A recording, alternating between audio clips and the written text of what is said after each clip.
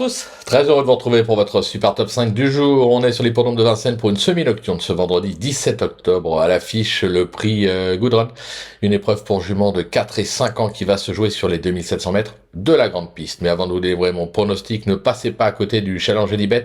Les 15 défis de l'arc, ça a débuté le samedi 4, ça se termine le dimanche 19 octobre, faut se dépêcher, avec bien évidemment plein de défis à relever et surtout plein de bonus à gagner, comme toujours conditions et règlements sur le site de Genibet.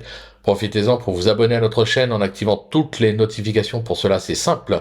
Vous allez cliquer dans la cloche. Flo Gautreau, ça vous dit quelque chose? Allez, pour retrouver ces pronostics, direction les réseaux sociaux. Et sans plus attendre maintenant, je vais donc vous délivrer mon pronostic et surtout restez bien avec moi jusqu'à la fin de l'émission pour connaître mes impasses. En tête, ce sera le 12 Kaliskana, le 3 Kamsa, le 10 Lara Croft, le numéro 7 Louvre de Dédou, le 9 Kaline de Vivoin et le numéro 11 Knitulia. On passe à l'analyse, c'est parti avec donc ma pépite, le numéro 12, Kalinskana plutôt, qui est au top de sa forme et vient d'enchaîner 2 succès à Vincennes et les Sables d'Olonne et un accessite à Langon. Cette élève de Mathieu Brivard se plaît sur cette piste. Elle détient le meilleur chrono sur le parcours de la course. Sur sa lancée, elle doit encore jouer la gagne. Pour mon coup de cœur, le 3 comme ça, je vais plutôt aller vers ce numéro 3 comme ça. Pourquoi? Parce qu'elle reste sur une plaisante 3e place sur la grande piste. Elle sera seulement déférée des postérieurs, mais cette élève de Julien Dubois affiche justement 86% de réussite avec 4 succès et 2 accidents en 7 tentatives dans cette configuration. Elle avait montré en 2024 d'incontestables moyens. Elle semble sur la montante. Attention à sa candidature.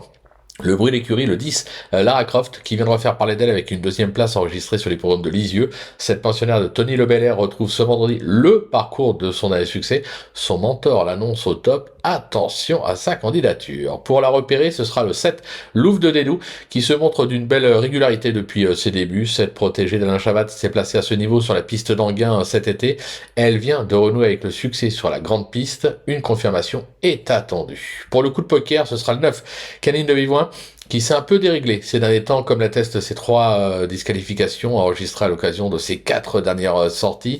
Il n'en reste que cette pensionnaire de Thierry Ravgeot a fait ses preuves sur ce parcours. Éric Raffin, qui l'a déjà mené au succès, reste son pilote. Alors oui, certains la préfèrent sous la selle, mais à l'attelé, attention, elle est capable de belles choses. Pour moi, une réhabilitation est tout à fait envisageable. Et enfin, ma petite trouvaille, le 11, Knitulia, qui reste capable du meilleur comme du pire. Cette élève de Laurent-Claude Abrivard n'a cessé de scorer durant l'hiver dernier. Elle possède vitesse et tenue décidée. Elle est tout à fait capable d'accrocher un lot. Elle pourrait même, pourquoi pas, s'imposer dans une telle épreuve.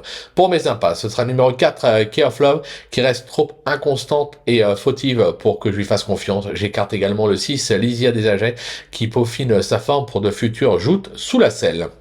Voilà, tout est dit, ou presque. Maintenant, c'est à vous de jouer, sans oublier que sur Genibet, on peut jouer en fractionné. Alors, bonjour à tous, et rendez-vous dès demain pour un nouveau Super Top 5 direction Auteuil.